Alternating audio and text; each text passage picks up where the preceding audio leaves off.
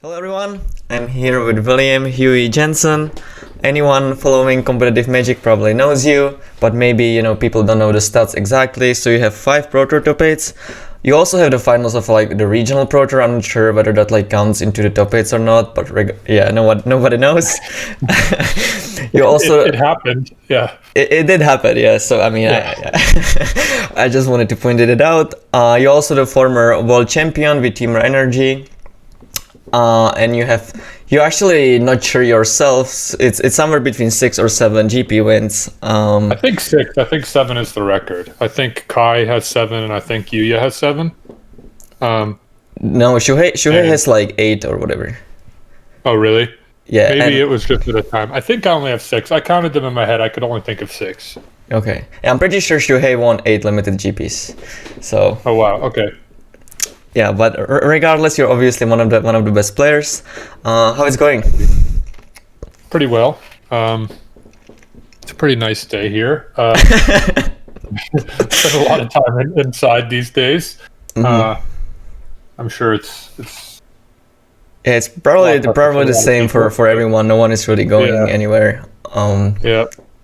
I guess how's it going? Objectively, for me, it's going okay, but I wish everybody was doing a bit better this year. Yeah, for us Magic players, we're kind of used to sitting home anyway, so it's not that big of a difference. But the first thing that I want to ask about is your nickname, Huey. Everyone calls you that, even on coverage. I actually even think that when your name is on the screen, it actually there is the Huey thing. What does it mean? So, truthfully, it was kind of a name I got from people teasing me originally.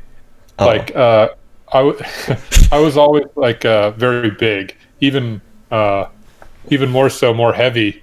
A while ago, I lost some weight or started exercising and eating right. But there's a cartoon duck named Baby Huey. He's this really big baby. Oh, I had no idea. Yeah, and so people started calling me Baby Huey, and then it just became a nickname. It doesn't really bother me or anything, but a lot of my friends in Magic and outside of Magic actually call me Billy. Which a lot of people don't know. Mm-hmm. But, Reed or Shahar or John, they all call me Billy. Yeah, I'm glad I found out. I had no idea. I thought that maybe it was your middle name or something, but I guess now I know. So when I started playing Pro Tours and stuff, that was around the time when you were coming back to Magic, but you were the best player, or one of the best players, even during 90s and stuff like that. And I don't really know anything about that time. I heard from people that you were really good, but obviously I don't know. So if you can maybe talk about that time, that would be interesting for me to hear. Yeah, so I started playing in about 95, and I say really started playing. Bought my first starter deck. Everything about competitive Magic was much different. First of all, it was a much, much younger crowd, on average. Were there any older players even back then? Just the average was lower, or was it all young players? No, there were some. It's hard to say older. There were some older people for sure. Mm-hmm. But the distribution was much, much younger. The average age, I'm guessing, was 10 years younger, mm-hmm. at a Pro Tour or whatever. But especially on the local level, it was the same as now, just all ages. But still, the youngest, I think, was a bit younger. I grew up in Boston playing with, there were a lot of great players out there. A lot of Hall of Famers. Mike Segrist, who's still active. I remember, we were going to, the Brighton Knights of Columbus Hall to play PTQs. I must have been 15. He must have been 14. You know what I mean? And that wasn't uncommon. There was a whole group of us. So, about 98. I used to go to local tournaments every week at TJ Collectibles. That's where it ended up. But over time, it was all different places. And I played a Saturday extended tournament every week. Mm-hmm. You just sort of played what the tournaments were at the local store. But back then they had rating, where they kept rating, and eventually, like, I won this Saturday tournament so many times. Like, I would just show up and win the tournament. Like, I don't know. I feel like I probably won the tournament half the time and then lost close to the end the other half the time. That my rating got so high. Then in 1998, I qualified for Pro Tour Rome, which was an extended Pro Tour just on my extended rating. Because I was like top. How much rating did you need to qualify at that point? I don't really remember, but I don't think you needed as much in extended as you needed in limited. Or I think even then they had draft rating and sealed rating, and they had different constructed formats. So wait, how did it actually work? Like the top 20 people or whatever from like each format got invited, or? I think for an extended Pro Tour, you had to have extended rating. Oh, I see. Because it was single format back then. Then you'd have a booster draft rating and a Rochester draft rating. And I think the one exception might be limited. I think maybe you could qualify for a Rochester Draft Pro Tour. You might be able to qualify for sealed deck rating or Rochester Draft rating, but I'm not 100% sure. I think it was top 25 or top 50, and the ratings passed down. So it was like, you know, Darwin Castle might be number 4 in extended, but he's qualified for like the next 17 Pro Tours because he did really well recently. That's also how they used to do it. It's like if you won, you just get qualified for the next 8. Or if you get second, you qualify for the next 6. Oh, I had no idea. Or whatever. Right. So it would count ahead. So you'd be able to see who was qualified and count down like, okay, so these 10 people who are in the top 25, so it's going to pass down to number 35. So wait, like I was sitting there at the time just like counting down, going like, okay, I need to move up 3 spots. So it was really a sub game that was not very fun, actually. I'm sorry to interrupt. You know, we're kind of used to like this 1 year system where like, you know, during that year, like accumulating points or whatever for like the next year. But you say that some people were qualified for like 6 or 8 Pro Tours. Was that like not the case back then?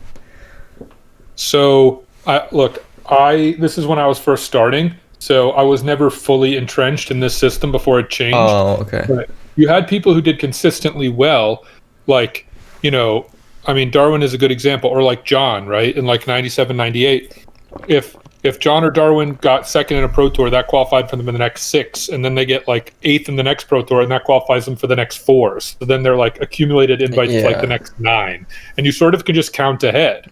I think top 32 might have given you 2, and top 64 gave you 1. So you just sort of had to stockpile it.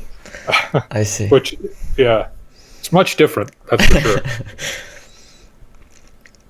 So you qualified from the extended rating. That was like your first Pro Tour that you played? Yeah, that was Pro Tour Rome. That was my first Pro Tour. And I had a friend who also did well at the local level. We went together. My mom went and my sister went because it was like this big deal. I mean, I was only 15 or 16. I don't remember what month in 98 it was. So I was 15 or 16. I went to Pro Tour Rome.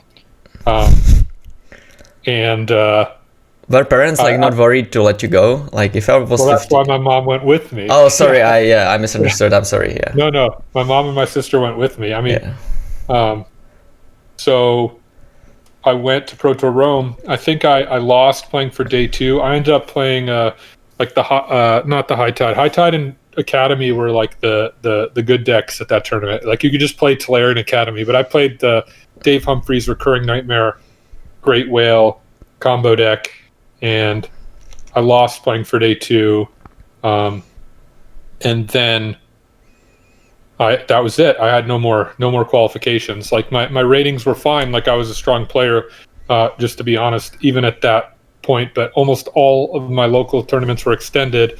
So you know, maybe if there was another extended tournament coming up, I could have qualified from rating, but those weren't that common. Maybe one a year. So after that, I went home and I just started playing PTQs, and then I had a pretty insane series of events. Like I went to a PTQ, an extended PTQ, where I got a deck from Eric Lauer. Like this was sort of really just when you could talk to people on the internet. Like I know this is hard to believe, but like when I started, like when I first played a Magic card, I didn't have the internet in my house. Like I couldn't go on the internet. I'm actually like not that young. I still like remember not having internet at home. So. Sure. So, but not in the context of like playing competitive Magic. Yeah, sure. Yeah. So like the first time I was playing Magic, but by the time I was playing competitively, I had the internet. So I had talked to Eric Lauer, one of the old chat programs. I was like, hey, I'm going to play an extended tournament this weekend. And he was like, well, here, I have this. This was like the thawing glaciers rule had just been all messed up, where you could like use thawing glaciers to get 2 land at a time. Oh. So everybody was playing High Tide because it was so good in that deck with Frantic Search. You could just use thawing glaciers so much. So he gave me a mono blue draw go deck to play, a list. So I built that. I took it to the PTQ. I ended up winning the PTQ, and I beat Dave Humphreys in the finals, who, like, you know, Dave Humphreys is a name you probably know of. Mm-hmm. But for me and the people in Boston, he was like a legend. Like, he's just the best player locally at that time period by far, in my opinion. Like, the person who, like, the only person probably at that point as an arrogant young kid I even was afraid to sit down against. You know what I mean? So I played him in the finals, and I ended up winning that tournament. And I was like, okay, this is pretty cool. I get to play another Pro Tour. Then the next weekend, there was another Pro Tour qualifier for a different Pro Tour. This was limited. It was Urza Saga sealed deck. And I won that tournament, beating Hammer in the finals. You may know Hammer also. Like, Hammer was also like a Northeast U.S. legend. He what's the entire name, if you can say? Sean Hammer Regnier. Yeah, I don't know him. He won PT2. He won the second Pro Tour. Okay. Which in 1998, the second Pro Tour was not that far removed. So he was a pretty big deal locally too. So in back-to-back weekends, like, I won 2 PTQs for 2 different PTs, and I beat, like, it might have been 2 weeks apart. You know, I don't remember. It doesn't really matter. Roughly, and I beat roughly, you know, 2 of the best players in the area. So I was like, all right, now I'm feeling pretty good about, like, you know, my Magic ability. And then from there, I was able to just chain them together until I took a break from Magic for, you know, 5-6 years or whatever. Mm-hmm. I never, after those PTQs, I never played another PTQ. I just stayed on the PT. Mm-hmm. Through, I made top 8 at like my 3rd Pro Tour in London. And then, after that, I didn't make top 8 again for a long time, but I did well enough to keep queued. That's also about when they changed the system to be yearly. They back then, they always called it getting or staying on the train. That's what we called it. Like, oh, I'm on the train, short for gravy train. Oh, even like we called it that way. So I don't think it's like an old term. Right. But nowadays, people don't. I haven't heard that for years. It's always like, I'm gold, I'm platinum. But nobody says, like, oh, I'm on the train. If I top 8 here, I'll be on the train. I've never heard it since I came back. But that's what we used to call it. So why did you decide to like go away from Magic? You just like wanted to pursue something different, or just wasn't fun anymore? Well, so in like 2003, first of all, look, I know various people like to do competitive things for various reasons. Some people, they want to feel like they're the best. Some people want to prove to external forces, right? Like, they want to prove to the world they can do something. Some people want to prove to their parents or whatever they can do something. Some people want to prove to themselves they can do something. Some people want to feel like they're the best, and some people want other people to feel like they're the best. You know what I mean? I know exactly what you mean. I'm like all of these things. So this is the spectrum. To me, I'm very comfortable, and this I didn't really maybe understand these things about myself as when I was younger. Mm-hmm. But to me now, I'm very comfortable when I feel like I'm the best. Like, I don't need to be told I'm the best. I don't need to be on people's lists. You know, if I set a goal for myself and I feel like I accomplish it, I kind of get bored. Like, it happened a little bit to me after I won Worlds in 2017 even, except then they made the MPL and I got really excited, you know? Mm-hmm. And right before I took a break from Magic, in about a 12-month period, I won a Pro Tour and made 2 other top 8s. And then it sort of like came time for a new year and time to start over. And I'm like, what am I trying to do now? You know what I mean? Like, what's next? And I had just gotten into poker, and that was really sort of exciting for me. And I just kind of lost a little bit of interest. coupled with the fact that a lot of the other people who were my closest friends and peers, everybody was just ready to move on. A lot of people were going to college, or in some cases starting jobs or pursuing other just hobbies or pursuits. And we kind of almost all just had a talk like, hey, like, time to do something else. And we're all like, yeah. And a lot of us just moved on. Many people came back for sure over the years. But I never was like, hey, I never stopped playing Magic. I always followed it a little bit. I would even watch coverage sometime later when that was available. When a new set came out, I would do a few drafts on Magic Online. But it's different. Like, I don't know about you, but for me, like, when I do stuff, I really do it. I don't go like, I sort of don't, I mean, this may sound bad. I sort of don't understand how people have hobbies where they're like, play a game, like, I am exactly the same way. Yeah. Like, you know, Shahar will go like, you should play some League of Legends with me. And I'm like, dude, I can't play that game. Like, I know I can never be good. Like, although on some level, like, I guess I get it. Like, I could go play basketball. I know I'm not going to be LeBron James, but I guess there my goal would be like to exercise. Whereas like playing a game for fun, to me, doing everything I can to try to win is fun. And so when I don't have the drive to do that, I just kind of lose interest in the thing I'm doing, if that makes sense. And so I just took a break. I played poker for a while. Poker, I never. I'm sorry to interrupt. How long was the break? I think it was like maybe 5 years, or was it even more than that? Maybe like 6, yeah, around there. Around 05, 06, and I came back at the end of 2012. So. Yeah, I remember, like, you know, I didn't have like 200 pro points that you needed to vote for Hall of Fame, but I was always like following the people that were like talking about who you should vote for, and your like name came up quite often, but I just like didn't know you at all, and I always thought that, well, he's just like one of the people that you like used to be good before because everyone was bad. He's like not as good as people are saying, and then you came back and you just like started winning everything. So I was like, oh, well, now I understand. But I had to that kind of actually lit a fire under me a little bit. I have to admit, people going like, well, he wouldn't be good in this day, and I was like, oh, I'll be good in this day.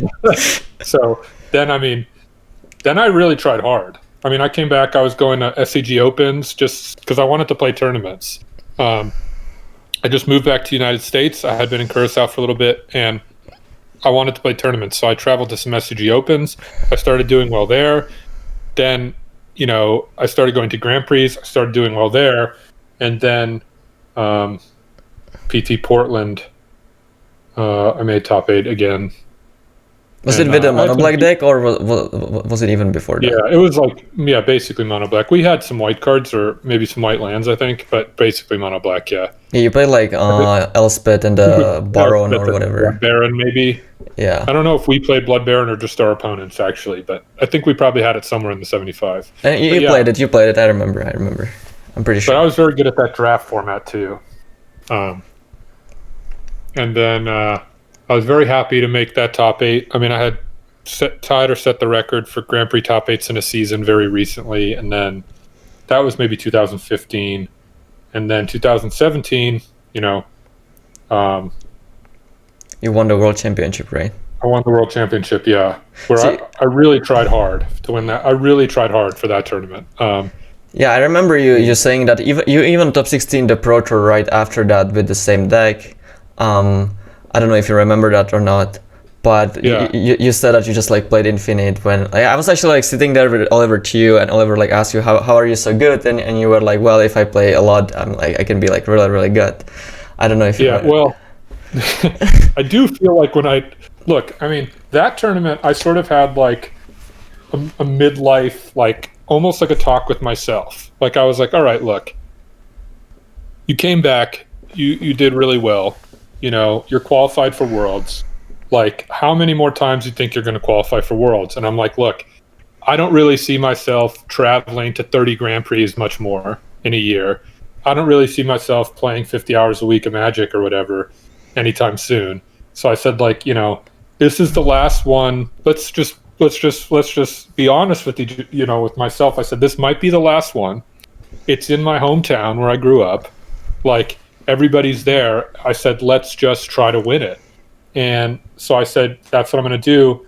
And, Reed did an interview with Megan and Maria before that tournament. And they're like, so what do you think about this tournament? And Reed said to them something like, look, I want this on record now. I don't want you to bring this up after the tournament. Like, some backstory that we made up. Like, I've never seen anybody play as much before a tournament as Huey played for this tournament. And it's true. I woke up, I went to the gym, and then I just played Magic until I went to sleep every day for 5-6 weeks. And whatever, like, some people go like, well, I do that every day. Sure, but I didn't. You know what I mean? And so, and I went to the tournament. The first round, like, I had to get so lucky. Like, I don't think I did anything wrong, but I had to get so lucky against Sam Pardee.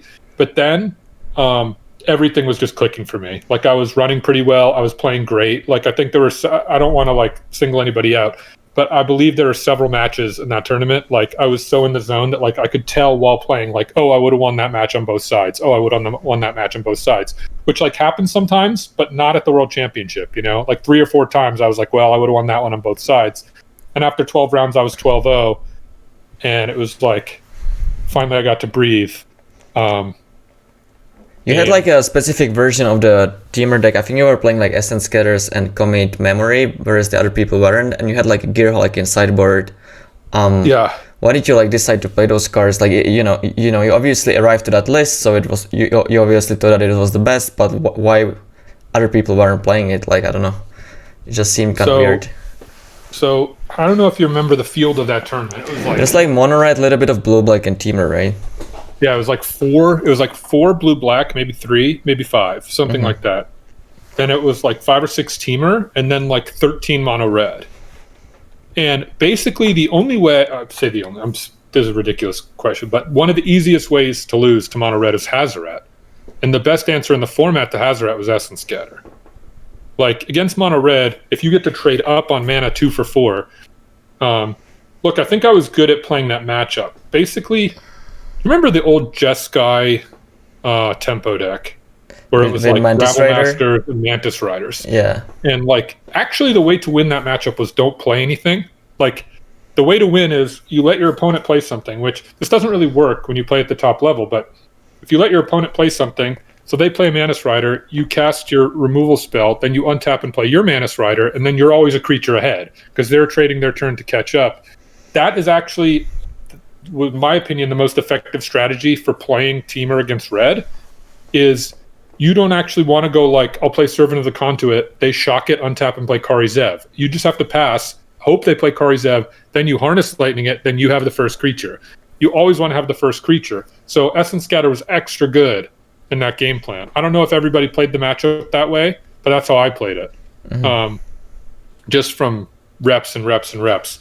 I know my final match against Javier, there was really one insane game in there, but I know at least one of the games, it was clear to me Javier understood what was happening. I don't remember which game it was by number, but we were both just not playing our cards. The thing is, though, that's also good for teamer, right? Like, it's sort of like, if red is just letting me develop lands, like, when we all have a bunch of mana, that's way better for the teamer deck than the red deck. But he knows once you're on the back foot, like, if I can attack as the teamer player, if I can be attacking, it's over. Like, if red ever has to start playing defense, it's over. And Essence Scatter is just really good there. And even better after sideboard when people try to go bigger with Glorybringer and stuff. I see. So, Gearhulk was actually for the mirror. Because one problem the deck had was, like, okay, yeah, you had Rogue Refiner, but don't forget, this is a very inbred metagame. I expected a bit more teamer when we showed up, and the Gearhulk we thought was good against teamer. You could play... Our sideboard also had Glimmer of Genius, so you turn into like this weird go over the top deck where you could play Glimmer into Gearhulk and the other card, Supreme Will, which could counter something, and then Gearhulk either a counter or an impulse later. I see. So you won the tournament, and as you said, at that time you like probably thought that you don't really have that much more to prove anymore. But then the MPL happened. And Like, did that light your fire back on, or like, what were you thinking during that time? Well, it's a bit different. Like, for me, I was super happy that it happened because I felt like Magic finally made it. Do you know what I mean? Like, Yeah. it's sort of like, you know, even though I took a break, it's like I dedicated my whole life to this thing, to this game. And, you know, I mean, let's face it. I mean, I've heard John say this before, but like, whatever I do in the rest of my life, like, in the end, I'm going to be known as a Magic player. You know what I mean? It's too, you know, which is fine. But like, so when the MPL first started, I was like, wow, like Magic really made it. I thought there was a chance that, you know, whatever, like we've all heard that like how well League of Legends players do for themselves, right? Now I didn't expect, you know, you to become Faker or whatever, but I thought that there was a reasonable chance that the whole Magic ecosystem would be lifted up. And you know, we went to the Mythic Invitational and there was a Mengu won 250 grand or something, and later that year Paulo won 300 grand. I mean, that was great. It would have been cool if that continued, you know, that would have been very motivating. In the end, it who knows what would have happened if not for COVID and stuff, but I was very excited by all that. Yeah. Do you think that there's still a chance that, like, you know, stuff like that will still happen? Like, because, you know, obviously the tournament that Menguchi won, like, I think even like over 100,000 people were like watching the tournament because it was so hyped and stuff. But now we like back to the old numbers. I'm not really sure. Do you just think that like Magic is just like not that fun to watch, or why is that? I personally think Magic is fun to watch. I think the biggest challenge Magic has as a spectator sport is that, look, I mean, if you take somebody who, like, if you take the two of us, I don't know exactly what your personal hobbies are, but like if you put on a game of League of Legends, I can follow it, right? Like I go like, oh, that character killed that character and then blew up the little thing and now they're going to win. If we take the League of Legends players or League of Legends fans and put on Magic, they're like, what the hell is happening? You know what I mean? So I think that's the biggest challenge. So I don't know. I don't think it's impossible that we sort of get back to that point. I think one big challenge we have for in-person events is just I mean, obviously COVID is an issue, but the international, you know, the degree of internationality to Magic is going to make it really difficult, I think. I think it's going to be really slow. Like the size of the tournaments, you know, like a PT finals or a regional PT being open to anybody in the world. Like, I mean, somebody from the Czech Republic going to Phoenix, it seems like that's going to be a while to me. Now I'm not an expert, but I think that's the next challenge. But I think, I mean, I'm ready to go play Paper Magic. I was talking to Javier about this. Like we got paired at the last league weekend and we both said like, yeah, I mean, as soon as I can go anywhere, any format, I'm going. Like, you know what I mean? Like, whatever. I'm the same. Yeah. Yeah. I just really want to go. Yeah, it's not that realistic today, but I don't know. It looks to me like the end is in sight now, right? Like it feels like there's it feels like there's a light at the end of the tunnel. But who knows? I mean, there's a lot of factors. So I don't know. I sort of sidetracked. But to answer your question, I don't think we're going to see a Magic tournament. This is just my own opinion. I don't know anything. I don't think we're going to see another Magic tournament in the very short term with this, you know, the level of the Mythic Invitational or whatever. And I don't think that means that we can't still succeed at that level, though. I think it's just going to take a little bit more time building and stuff.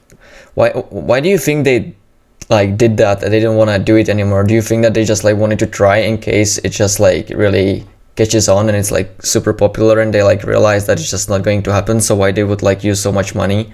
Or like, what do you think about that? If you don't want to talk about it, it's fine. But no, it's okay. I mean, I don't know. Just to be clear, this is just a guess. But my guess is, I mean, it coincided pretty closely with the release of Arena, right? Yeah, that's true. I mean, that's a pretty good commercial, as a you know. I didn't think about it in that way. Yeah, that makes sense. Yeah. I see. So, I mean, from my perspective, like what they actually achieved with that, however much money it was, versus running a TV commercial, I think they probably did much better, right? Yeah, I guess that makes sense. I just like didn't realize that it was because of Arena, but it probably was. It makes sense. Yeah, I mean, all this stuff started right at the arena release time. I mean, I think it's pretty safe to say that all these initiatives were because of Arena. Mm-hmm. And I mean, I like Arena a lot better than MTGO. I think it makes sense. You're making a game sort of to compete with Hearthstone. You have Magic is the best game. I mean, I think like the actual gameplay and the mechanics of the game are the best. And so, trying to release the best client, you sort of need to tell people who may have played old paper MTGO and gone on to other things like, hey, we're here now. We have this. Check it out. That's the way I see it. You don't mind playing Arena? Like if the paper tournaments didn't actually come back, like would you still play? Like is it not a big of a deal for you? Because you said that like you and Javier really want to play a paper tournament. So like what if it doesn't happen? So I will play. I mean, look, as long as if I can wake up, walk the dog, and then get on my computer and play a big Magic tournament, I'm going to do it. What I really miss most about the paper tournaments is seeing my friends, like seeing Javier. Like I want to just like finish my match and go say what's up to people I haven't seen for a year. You know what I mean? Like I also want to play. I don't know. There's something different. Yeah. I feel like this is where like maybe I'm a boomer. There's something different about like. No, I definitely agree with you that it's just like a little bit different game in paper. Right. And it's just like, I feel different physically. Like I feel a little bit more pressure. I feel like the eyes of the crowd are on you. It's just different. It's like, I even felt that way, to be fair, when I was playing on Arena in person. Like that felt more like, it felt closer to paper to me. Do you know what I mean? It felt like the in-personness, people being there, like the pressure of your surroundings. Like it's just something different where like I wake up, walk the dog, come in, oh, I lost. Okay, I'm going to go watch a movie. It just doesn't feel the same, like. Just like the atmosphere of and tension isn't really present when you're home. Exactly, yeah. But I definitely like, I mean, I really am interested in seeing everybody, you know what I mean? It's been so long. Out of nowhere, it was like, we went, in 2020, it was like, I went to Grand Prix, I don't even remember where it was, because we played the Team Series final. Then 2 weeks later, we went to Phoenix. Then I came home, and then I haven't left my house in a year, like 15 months or something. It's like, it happened all of a sudden. Yeah. So I actually have been very happy with the online play under the circumstances, though. Like, given that we can't play live, I think that, given that we can't play live, I've pretty much enjoyed playing online. I wish the prize pools were maybe a little bit bigger, but I think everybody always wishes that. Well, obviously. Yeah. So, everyone wants more money. But like, especially like these, like the set championships or whatever, I've really enjoyed playing those. Do you still prepare for them as much as you like did for the Pro Tours and stuff? Like with just like a team and you just play infinite, or is it not the case anymore? I play a bit. I mean, I probably, to be honest, I probably play on the lower end, but I do a lot of content for CFB Pro, so a lot of my preparation is like, writing deck guides and preparing for those and stuff.